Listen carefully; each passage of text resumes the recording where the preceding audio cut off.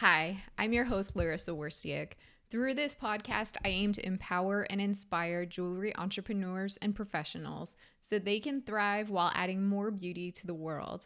I'm passionate about digital marketing for jewelry brands, and I'm excited to share my passion with you. As we all know, jewelry is joy, so I'll gladly seize any opportunity to talk about it. This is episode 153, and today I'm going to share 5 tips for hiring a freelancer on a site like Fiverr or Upwork. These two platforms are freelancer marketplaces, so anyone can search them for skilled individuals who can execute either a specific one-time task or an ongoing service. You can find freelancers to support you with things like graphic design, social media and email marketing template creation, research and data entry, website design customizations, and custom website programming, blog post writing, product descriptions, and other copywriting, and more. The sky is really the limit. In the past month, I personally used these platforms to help me make adjustments to my website and design updates to my email newsletter template. So I know about the benefits of Fiverr and Upwork firsthand. I think it's a really good time of year to discuss this topic because December presents an opportunity for you to evaluate the success of your jewelry brand in 2021. While maybe compiling a list of improvements you can make in 2022, because there is always room for improvement. Some of those improvements may involve tweaking things that you're not able to do yourself, or maybe you're already doing some things yourself, like creating your email marketing templates, but now it's really time to level up and delegate those tasks to someone else who can maybe do it better than you, and also so you can free yourself up to work on some bigger picture items in your business. Finding a freelancer on Upwork and Fiverr can be super beneficial, but it can also backfire if you don't do your due diligence and know what to look for. In this episode, I'm going to share 5 tips for working with freelancers so you can get the most from your efforts and investment. But before we get to the solid gold of this episode, I'd like to take a moment to remind you that this podcast has both an audio and video component. So you can either listen on your favorite podcast platform or watch on YouTube by searching Joy Joya. I love creating this content as my act of service to you, my awesome listeners, and you can support the podcast for free by taking the time not only to subscribe, but also to leave a rating and review on iTunes, which helps other jewelry dreamers find it too. Also, side note, through December 15th, I'm giving away 6 Amazon gift cards, 4 $25 ones, 1 $50 one, and 1 $100 one. To enter to win, just visit joyjoya.com/survey and please complete a 10-question survey about this podcast. That's it. Just visit joyjoya.com/survey and tell me your thoughts about your listening or viewing experience. Then you will be in the running, and I really appreciate your insights and feedback on this podcast. Let's discuss some recent news related to jewelry or marketing. Each week, I share my thoughts about 3 relevant articles, and you can get those links by visiting joyjoya.com/sign up. Once you're on the VIP list for this podcast, you'll receive our weekly digest filled with new episode announcements. 2 articles from Women's Wear Daily. First, all about the casualization trend. So what does that mean? Well, fashion is getting more casual. Think tracksuits and sneakers. And now this trend is sweeping through jewelry salons just like it has been on the runways. No longer are we limited to classic diamond jewelry that we only wear for black tie affairs and or other special occasions. A new generation of jewelry designers is mixing up diamonds with neons and communicating a design perspective with a more relaxed look. This new outlook on fine jewelry as laid back yet luxurious has opened the category to a wider range of customers, especially younger customers who now have access to fine jewelry that can be worn every day. Fine jewelry brands like Era and Melissa Kay are pioneers of adapting this trend of casualization, and they are transforming the world of fine jewelry. They are striving to remind customers that fine jewelry pieces aren't just for those special occasions. They can also work for everyday wear with t-shirts even or sweatshirts. So this relaxed trend is encouraging retailers and even heritage jewelers to present collections in new ways, like showing luxury and fine jewelry styled with casual outfits and looks, and also photographed in ways that feel more relatable to the average consumer. Next, the other article from Women's Wear Daily. It looks like in this post-pandemic world that men have a new appetite for daring, experimental, and personalized fine jewelry pieces. According to the market research firm Euromonitor International, the men's jewelry sector is valued at $6.5 billion in 2021, up 17% compared to 2020.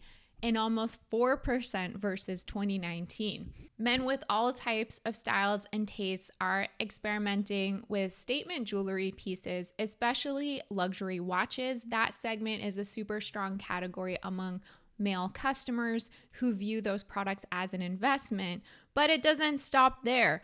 They're interested in metals and gems, and they're buying diamonds, pearls, and other gemstones in sterling silver, gold, and platinum. The fine jewelry industry has primarily focused on women and women consumers, but with this appetite to be more bold in their choice of style, men are experimenting with jewelry, and their purchases will have a strong impact on the direction of jewelry marketing. Then finally, new insights from McKinsey are all about the resale luxury market, which is rapidly increasing, with industry watchers predicting an annual growth rate of 10 to 15% over the next decade. Consumer behaviors are definitely changing, and many consumers, especially those interested in luxury or trying to level up and start purchasing luxury products, are looking into the pre-owned market. Over the past 3 months, McKinsey has studied the luxury trade market and points out that, quote, luxury resale is here to stay, and the brands that are choosing not to participate risk missing out on a significant opportunity. 9 out of 10 customers participating in the resale market are also buyers of new products, and 3/4 sell goods too. So currently around half the luxury resale trade consists of jewelry and watches, with handbags and shoes comprising just over a third, mainly geared toward women's fashion. So which demographic are the people buying pre-owned luxury goods? This study found that younger buyers, including Gen Z and millennials, are significantly more willing than Gen X and older generations to purchase pre-owned products. What exactly is drawing these buyers to luxury resale? Well, 41% of respondents said that what attracts them is access to rare and exclusive buyers, while a similar number of respondents wish to contribute to greater sustainability in the industry. Both really good reasons. The luxury resale market holds great promise for both customers and brands, and is an excellent opportunity for brands to expand their offerings, appeal to specific client segments like Millennial and Gen Z, keep up with digital innovation, and reinforce their sustainability efforts. As I mentioned, if you want to get the links to the articles I share in this segment of the podcast, you can become a JoyJoya VIP by visiting joyjoya.com/sign up. So now I'm going to share my 5 top tips for hiring freelancers on marketplaces like Fiverr and Upwork. Number 1, be prepared and get super clear on what you need from this person who you'll be hiring. A freelancer is coming into your business cold. I find that some entrepreneurs kind of take that for granted. They're so entrenched in the day-to-day of their business that they honestly forget or don't fully acknowledge that anyone coming in to support their business for the first time literally knows nothing, and there's going to be a learning curve. So you have to be prepared to communicate all the ins and outs of your business that will be relevant to this freelancer who you're hiring.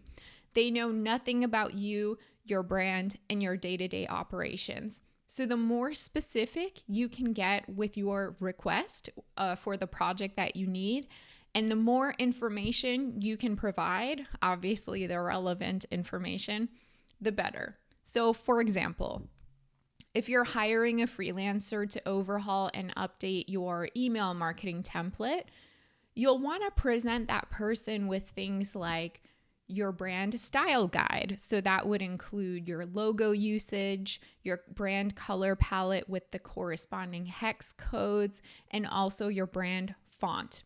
You'd also probably need to provide your logo files in the type of file format that they would need, links to your website and any past email campaigns so they can get a sense of the type of communications you regularly send to your customers.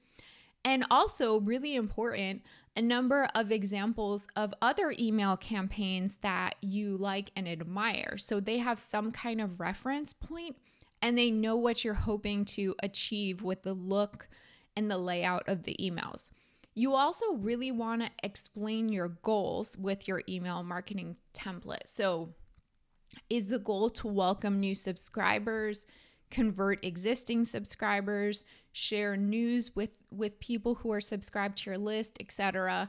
Finally, you really want to describe your target customer to this person with as much clarity, because someone designing an email template for, say, a 60-year-old would probably have a different approach than someone designing an email template for like a 25-year-old. So that is also really important. Really, the more information that's relevant that you can share, the better. This will really eliminate any need for the freelancer to play guessing games with you, and that person will be more likely to deliver initial concepts or first drafts that will require less back and forth and feedback from you. So ultimately, you're making your own life easier by really preparing for this situation. Number 2, avoid micromanaging. If you tend to be a micromanager, you have the type of personality that likes to hover and like have control over everything, it might be tempting to like take the first tip I shared to the max, that you get so clear on what you want and your requirements that you're basically telling the person you hire how to do their job instead of giving them the freedom to apply their own knowledge and expertise to the task at hand. So obviously, unless your task is something really technical like data entry, most things that you would hire a freelancer for are creative and or they require skills like website coding that are probably beyond your expertise. This person has a perspective that you don't. They have knowledge and experience that you don't have. If you're dictating every little thing to them, then you may actually miss out on them sharing something with you that's important or giving you some kind of knowledge that you weren't even aware of or didn't think is possible because they're just afraid of stepping on your toes and want to make sure that they do what you say and you give them a good review. I personally sometimes struggle with micromanaging. It's something I have to be very aware of because I'm definitely a perfectionist. So I know this from experience, but in the case of hiring a freelancer, you have to trust that you're doing a good job of communicating your requirements, and you have to trust that person's skills and then take a leap of faith. Obviously, as the project moves forward, you can have regular check-ins or milestones where this person has to meet certain requirements. So you can get a sense of if the project is going in the direction that you want it to. And maybe there is a point where you have to step in and be more assertive or be a little bit more micromanagey. But consider that if you feel the need to do that close to the beginning of the project, you may actually not be doing a good job of communicating your needs. So consider yourself first and where that impulse is coming from, and then really empower the freelancer to help you. So help them help you. Number 3, don't just hire the first person who looks good to you. You'll want to reach out to a few different freelancers who are within your budget, who have favorable reviews and a number of similar projects under their belt. Even if you have the option to purchase a package from the person, this is something you can do on Fiverr, where people kind of set predetermined packages. I would recommend not just like purchasing what they've put out there, and reach out to them first, ask them questions, and explain the individual project that you have. That will help you get a feel for the person's communication style. Do they respond within a reasonable amount of time? Of course, take time zone differences into consideration. They might be sleeping. Do they seem to understand your requirements? Like, can they reiterate them back to you and acknowledge and understand what you are saying to them? Do they seem happy and enthusiastic about working with you? Are they generally pleasant? Work with people who like your brand and who want to work with you as well. Even if something goes wrong or you're not getting the result you wanted, the person who has the best communication skills will be more likely to work something out with you and make it easy to resolve any conflicts in the future, work things out in a civil manner. I know this from personal experience, both in a negative and positive sense. If any red flags come up in communication, pay attention to them and don't ignore them, because they could become problems down the road. So really focus on finding someone who's a good communicator first and foremost. Number 4, if you know that you may have ongoing work for this person, for example, if you're hiring a Shopify developer, you'll maybe want to have this person on hand for ongoing website customizations, then in that case, you'll want to probably start with a small project with a really low stakes. That way, if it doesn't work out, you can cut your losses and learn better for next time. This will ensure that the person is able to work on your established timeline as well. Maybe they work really slowly, or maybe they kind of work too quickly and are making careless errors. You can get a good feel for their working style, and also, as I mentioned in the previous tip, their communication style, which is super important. But if it does work out, you'll be making an important first step in an ongoing relationship. And number 5, I kind of touched on having a budget and finding someone within your budget, but you really want to have a budget in mind before you kind of start looking at freelancers' rates. So I would definitely advise against choosing the cheapest person or one of the cheapest people, because it's definitely true what they say, you get what you pay for. I cannot even tell you how many times I've seen people I work with have to redo things because before they talked to me, they hired a freelancer and wanted to do things very much on a budget. And then the project got out of hand, or there were hidden costs, or it had to be redone anyway. So make the right investment the first time around.